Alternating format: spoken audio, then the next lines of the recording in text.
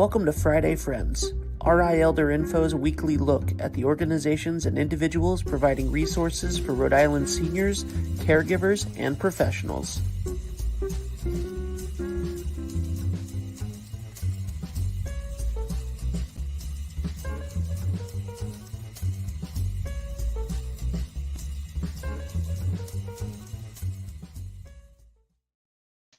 Good morning, everybody. Happy Friday. It is 9 o'clock on Friday, and this is your episode of Friday Friends with me, Deb Burton, Executive Director of RI Elder Info, as your host. As you know, every Friday we come on with guests that are sharing information that you or someone you know needs to know about. We're talking about a white hot topic today, so please make sure you hit the like button, the share button. We need to get accurate information out about how to apply for Medicaid here in Rhode Island, particularly if you need long-term care. So super, super important conversation today, and please help us get the word out. You'd be surprised at how many people will require Medicaid in order to be able to afford the care that they need. So we got to reach as many people as possible, and with your help, we can. Also, with the help of our sponsors. So thank you to our annual sponsors, Oak Street Health and United Healthcare, Point 32 Health, 321 Media, and England Studio. We couldn't do what we do every day without their support. And we are especially grateful to our Friday Friends sponsors, Washington Trust and McCarthy Law. Here's a quick minute from McCarthy Law. Here at McCarthy Law, we practice in the areas of estate planning, long-term care planning, elder care law, and residential real estate. Our focus is really on providing peace of mind to our clients. If you're interested in scheduling a consultation with our office, you can feel free to reach out to us at 401-541-5540. You can also reach out via website at www.mccarthylawri.com. You also should check out our social media, both on Facebook, Instagram, and LinkedIn for some helpful tips and tricks. It is an amazing conversation that we're about to have. I would like to welcome Samantha McCarthy. Thanks, Deb. Happy to be here. I am so glad to have you, Sam. So today we're talking about how to apply for Medicaid. And it feels like this is one of those things that is mind-boggling as to all the different intricacies that you need to know. So where should we start? Yeah, it's such a complex area, and the rules apply so differently to everybody based on your income, your assets, your family situation. And so there's so much fear in the world about this topic of, the need for long-term care, aging, and what Medicaid looks like. So many people say, well, the state's going to take my house, the nursing home's going to take my house. And you might lose your house, but you're not going to lose it while you're living. And so there's a lot of different intricacies we need to talk about. So maybe just a basic foundation of what is Medicaid? What does Medicaid cover would be a good place for us to start. Absolutely. And it is not Medicare. So we care for our aging and our disabled. And Medicaid has to do with aiding people who are in need. Yeah. And so what is Medicaid more beyond that? Yeah, so a lot of people hear Medicaid and they just think of a health insurance program for people who do not have resources. And it's sort of that, but when we're talking about it in this scope of long-term care, it's so much more than that. So, to start with, Medicare is your private health insurance you generally have when you are on Social Security, and that will pay for a part of your stay in a nursing home. So this is where people get into doing Medicaid applications and Medicaid planning, is if they go to a nursing home for instance, for rehab. Oftentimes people go for rehab after a hospitalization. Medicare will pay for a portion of that stay, but at the point where you're no longer being rehabbed, you're no longer improving, Medicare will say, okay, you don't need skilled care anymore. Skilled care is physical and occupational therapy. And once Medicare turns off kind of that light switch of skilled care, now you're unskilled, now Medicare won't pay. Then people either have to pay out of pocket or they need to look to Medicaid to pay. And so that's where Medicaid applications and Medicaid planning come in, because average cost of care, the state says it's around $10,000. We really see it closer to probably $12,000 to $15,000 a month, even if you do have assets you've worked your whole life for those. You don't want to lose them all. And, you can drain them real quickly paying that cost of care. Absolutely. And I think, people don't realize that when we talk about Medicare and PT and OT, it is a finite amount. You need to be able to keep making progress, and it's only up to 100 days. And even within those 100 days, there's a copay. So once you go past that, if you still need more care, then that's when Medicaid kicks in. Yeah, absolutely. It is important to know in the Medicare, if you are issued a discharge, you can potentially appeal that and get a few more days or weeks. We look at that largely as a planning technique for clients who we know need to stay long-term in a nursing home to get us to the right dates that we need to figure out Medicaid eligibility and asset transfers and things like that. The closer to an end of a month you get on Medicare, the less amount you have to private pay if you can apply for Medicaid the next month.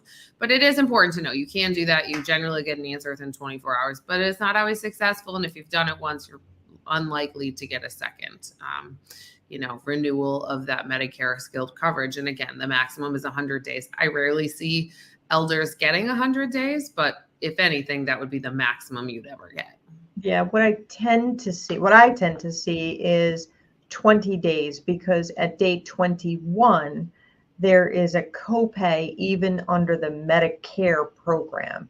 Right. And so usually day 20 is like, so, okay. So you get to whatever days Medicare is going to cover for rehab. Yeah. And then you get noticed by the facility, okay, as of Monday, we'll say, you've got the weekend to figure this out. As of Monday, Medicare is no longer covering.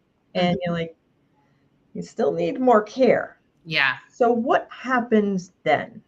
Yeah. So that's when we want to be looking at, are you eligible already for Medicaid, or can we get the person eligible for Medicaid? And some people don't ever want to get eligible for Medicaid. Medicaid in a nursing home is often a shared room, but people think the level of care you're going to get is subpar. It's not. They have a duty of care to all of the patients. And so, your accommodations are shared rather than a private room. If you're private paying, you can pay more and, get a little bit more space. But it oftentimes, even if you decide not to apply for Medicaid, it makes sense to look at it as an option, to evaluate that option so that you're making the decision with all of the information available.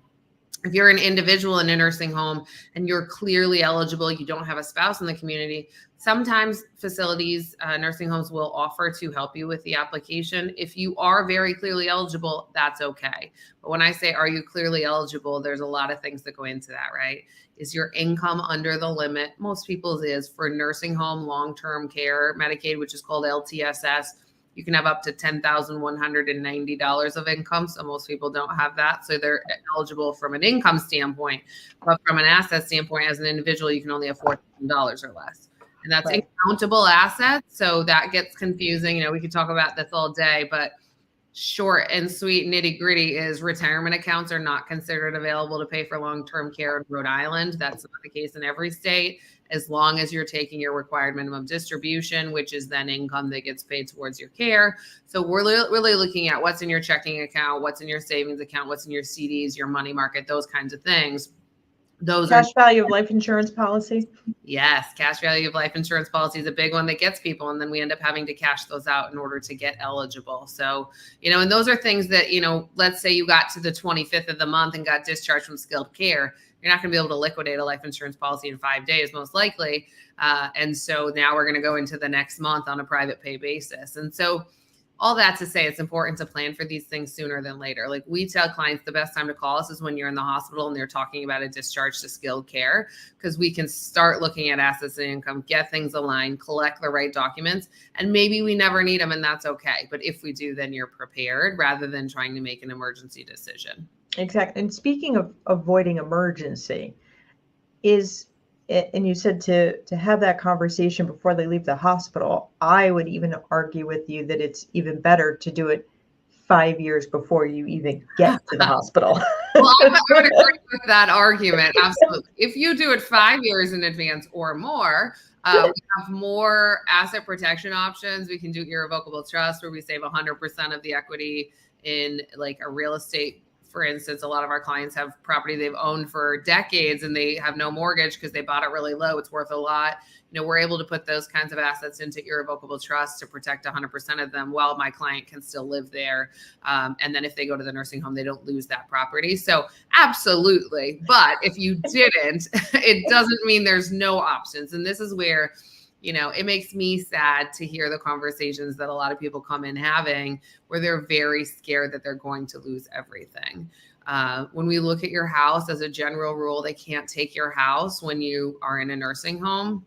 The problem is if you're an individual and you're in a nursing home, who's going to pay the taxes, the insurance, the expenses? Who's going to maintain that property if you're not living there? Because your income all has to pay for your care. And so now your family has to try to cover those costs. And sometimes that doesn't make sense because when people say the state or the nursing home took my house, they never take it while you're alive. But what happens is when you pass away through the probate process in Rhode Island, the state files a lien or has a lien against your home to recover what's been paid out from Medicaid. That's where we lose the house. And so you're paying costs to preserve an asset that you may not save.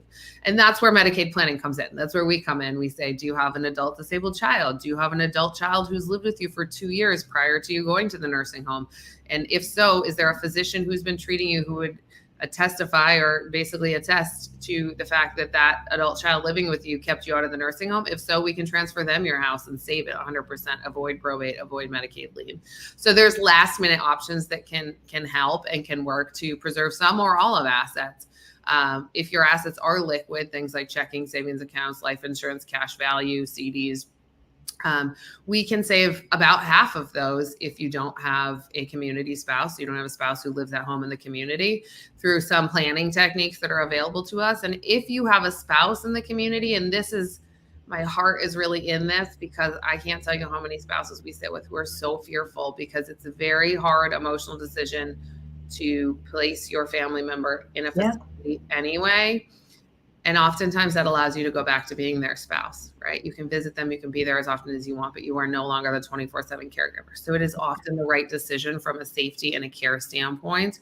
But many community spouses are very fearful of losing everything. If my community spouse is a wife whose husband worked and they were the homemaker, then their income is a lot lower and there's a lot of fear about how they'll be able to survive. So with a community spouse, we can essentially save you all of your assets for that spouse. And a community spouse may be able to get some of the income of the person who needs nursing home care as well, depending on the income limits and what the community spouse has for their own income. So there's just a lot of options that it makes sense to be looking at. So even if you didn't plan 5 years in advance, don't do nothing, right? Have a conversation. If you've been in for a year and you've been private paying and you still got some assets left or you still have a spouse who's fearful, still a good time to have the conversation. Shoulda, woulda, coulda, right? So like we all could have done something 5 years ago that we wish now in hindsight we had done, but definitely there's never a wrong time to be having these conversations. And proactive planning, like get the information, kind of figure out what's happening. If you have an aging parent, it's important to be talking about what the next step would look like if something were to happen. And that doesn't mean we're going to go to a nursing home. Most people don't want to go to a nursing home, right? But it's better to have a plan if there is ever a health emergency rather than to have no plan. So if it comes to it and you have to either reach out to someone like yourself to do that Medicaid application, or if you're going to try it on your own, what types of information do you need to have access to? Like what kind of questions are on the Medicaid application? Like what things should be in like a Go file? Yeah. So things like your identification, so your birth certificate, your driver's license, or your photo ID, all of your accurate income information. And one key piece of income is that Medicaid wants to know what your gross income is, not your net. A lot of people know what their net income is, what gets deposited in their account, but they're not sure of the gross number. You need that. So save last year's tax documents, for instance. If you get your Social Security award letter with the increase based on the cost of living adjustment, save that letter. It tells you, here's your gross amount, here's what your deduction is for Medicare, and then here's what your net amount is. Those are the things that we need. And then any pensions, things like that you have. And then we need accurate asset information. So what is the value of any account that you have? And when you apply for Medicaid, you basically apply oftentimes, unless you're immediately eligible, we're applying based on a first of the month basis. And so they want to know what those account values were on the first of the month that you're applying. And that's another key thing to know, is that if you need to apply for Medicaid, you can apply up until it's like 2:30 p.m., let's say, on the last business day of a month to be eligible back to the first of that month. To go back for it to be eligible. Correct. Yeah. So wow. We plan for, let's say, August 1st eligibility. That doesn't mean I'm submitting the application on August 1st. I need to get the asset information from August 1st to include on that application that's going to get filed before the end of August for August 1st eligibility. Okay. And we touched base on possibly needing to liquidate life insurance policies, which feels like almost counterintuitive if you are at the point that you need long-term care in a facility, that would be when you're liquidating your life insurance policy, when you might be actually closer to needing it. Are there things that you can spend your money on that are allowed before applying for Medicaid? Yeah, there are. So, if you're living at home, you can do renovations to your home. You can pay for your own medical expenses, any bills that you have. You can pay off any debt that you have, whether that's a mortgage or credit card, any medical bills, things like that. If you need to stock up on supplies before you apply for Medicaid because you know that your assets may not be sufficient to cover, the type of supplies you need or that you like, or you need clothing, anything that's for your own benefit, basically you can do prior to applying for Medicaid. The other big thing people do is prepay for a funeral.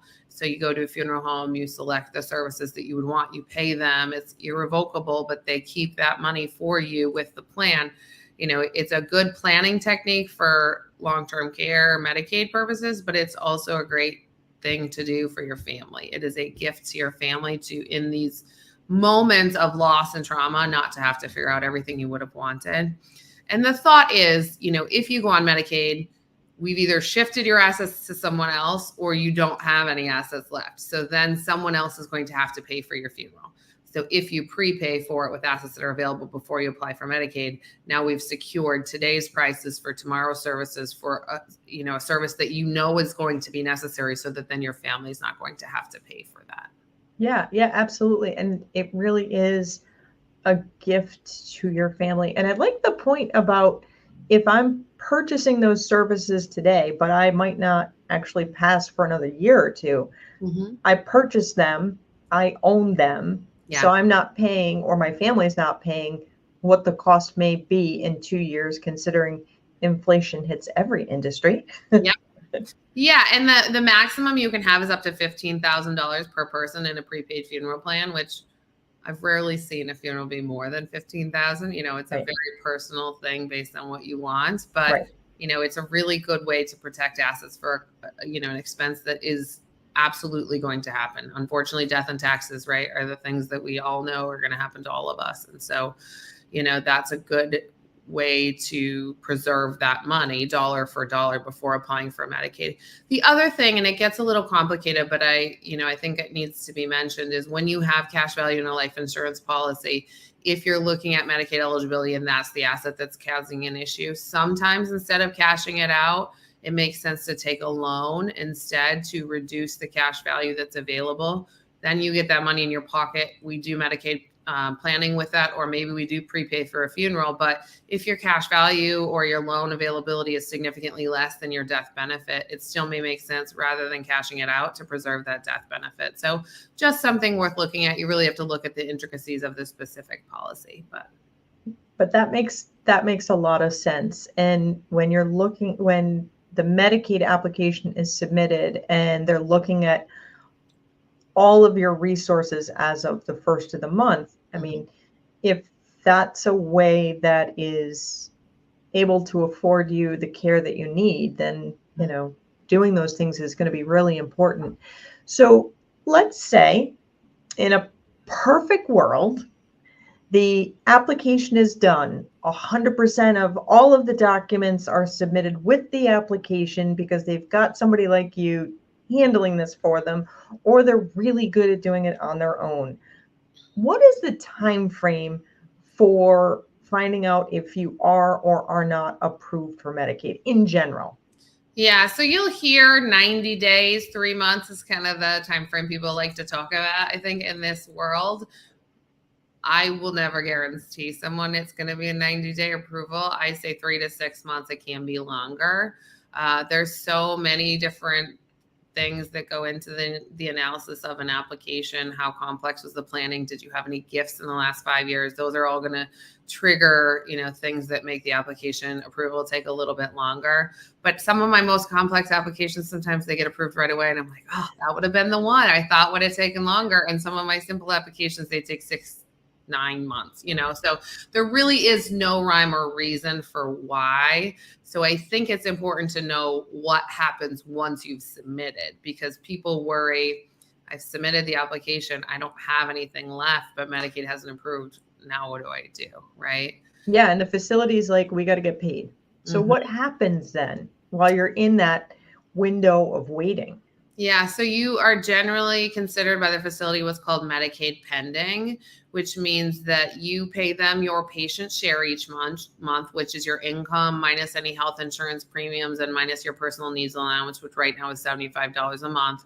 If you have a community spouse and there's any community spouse maintenance allowance in your income, then that's factored in as well. But whatever that monthly patient share is, you're going to pay that to the nursing home from the month you apply till the month you die. But the nursing home beyond that is accruing a balance. The difference between your patient share and the cost of care is accruing as a balance that the state owes to the nursing home once the Medicaid application is approved.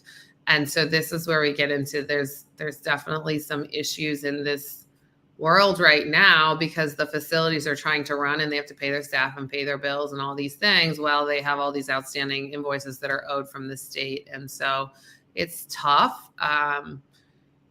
There is no right answer, but from the consumer standpoint, from the patient standpoint, like if you're eligible, and you just pay that patient share. Yep. And you mentioned something really quickly that you pay your patient's share. I think people don't realize, the cost of long-term care and how Medicaid picks up after you have exhausted your funds, meaning, I don't know, Deb doesn't like math. So let's say that your whole Social Security, maybe you didn't work a lot. To keep the math simple, your whole income is $475. So you get to keep $75 for your personal needs, for anything you might need, haircuts, shoes, socks, whatever. You write a check for the $400 that's left over to the facility, and then Medicaid picks up, because I hear people say, oh, the nursing home takes all my money. But in reality, that $400 check really only covered the cost of one day in the facility. Yeah. And then Medicaid's covering the rest, right? Right. Yeah. And this is where, like, if you do Medicaid planning, you can save assets and income and still get on Medicaid, which, makes sense, especially if you have a community spouse and things like that. But you have to contribute. It's like your copay. Your patient share is your income. You pay that towards your cost of care, and then the state's going to pick up the tab for the difference. So it's not like the nursing home just is sitting there saying, "Ooh, I want all of their money." No, it really is that expensive. It is, and it's expensive to run these facilities too. And so it's a tough industry to be in, on both ends, because nobody wants to go to a nursing home. It's difficult to face that part of life and make decisions for loved ones that aren't necessarily, aging at home or dying at home. Sometimes that's just not safe. And we have to maintain for our elders, a level of safe care above all else. Absolutely. Absolutely. So I've kept you like a really long time today. Oh, you're great. But this is such an important topic that I think that there's so many areas that people don't understand. Can you give like 3 top things that people should keep in mind when it comes to Medicaid and Medicaid applications, Medicaid planning? Yeah, I mean, I could talk about this all day. So let me think of Me the too. top. I mean, I think the one thing I would say is start compiling your documents now. So I always tell people if they come in and they're just gathering information, trying to be proactive, grab a folder. Anytime you get bank statements, anytime you come across a Social Security card, a Medicare card, make a copy, put it in that file. So then if there ever is a need to apply, you already have a lot of the information that's already there. And it makes it a lot easier, right? Keep those Social Security award letters, things like that, because trying to go back in November and figure out where you put it from a year ago is oftentimes difficult. The other thing I think is important to understand is there are ways to preserve your assets and to preserve some of your income, especially if you have a community spouse, but even if you don't. And so it makes sense if you do have some assets, even if they're not, significant millions of dollars. We work with everyday average clients who work really hard for their money, love their families fiercely. That is oftentimes not millionaires, right? So you don't need to be a millionaire to do Medicaid planning, but there is a really significant opportunity to preserve some assets, some of the stuff you've worked really hard for, and still be able to qualify for Medicaid. And the other thing is when you have those assets, sometimes it leverages your ability to get in a facility where you may eventually need Medicaid, but you're getting a choice of where you go. And that's a big thing that comes into is, how does Medicaid play in if you need Medicaid right away as far as placement for discharge and all of those sorts of things. And the other thing I think is important talking about placement, whether you're going to need Medicaid or not, if you are aging, you've had significant hospitalizations, it's a good idea to have an idea of whether they're assisted living or nursing homes, like what facilities are there around and where would you want to go or where would you want your loved one to go? Start figuring that out in advance. So if you're at the hospital working with a social worker or discharge planner to go to rehab, you kind of can say, hey, here's my top 3. Can you see if I can get a bed there? Those are important things to know because otherwise you're like, I don't know, put me wherever you want, wherever you can find a bed. And that might not be that's closest to your family or where you feel most comfortable or that has a community of people that you would like to be around.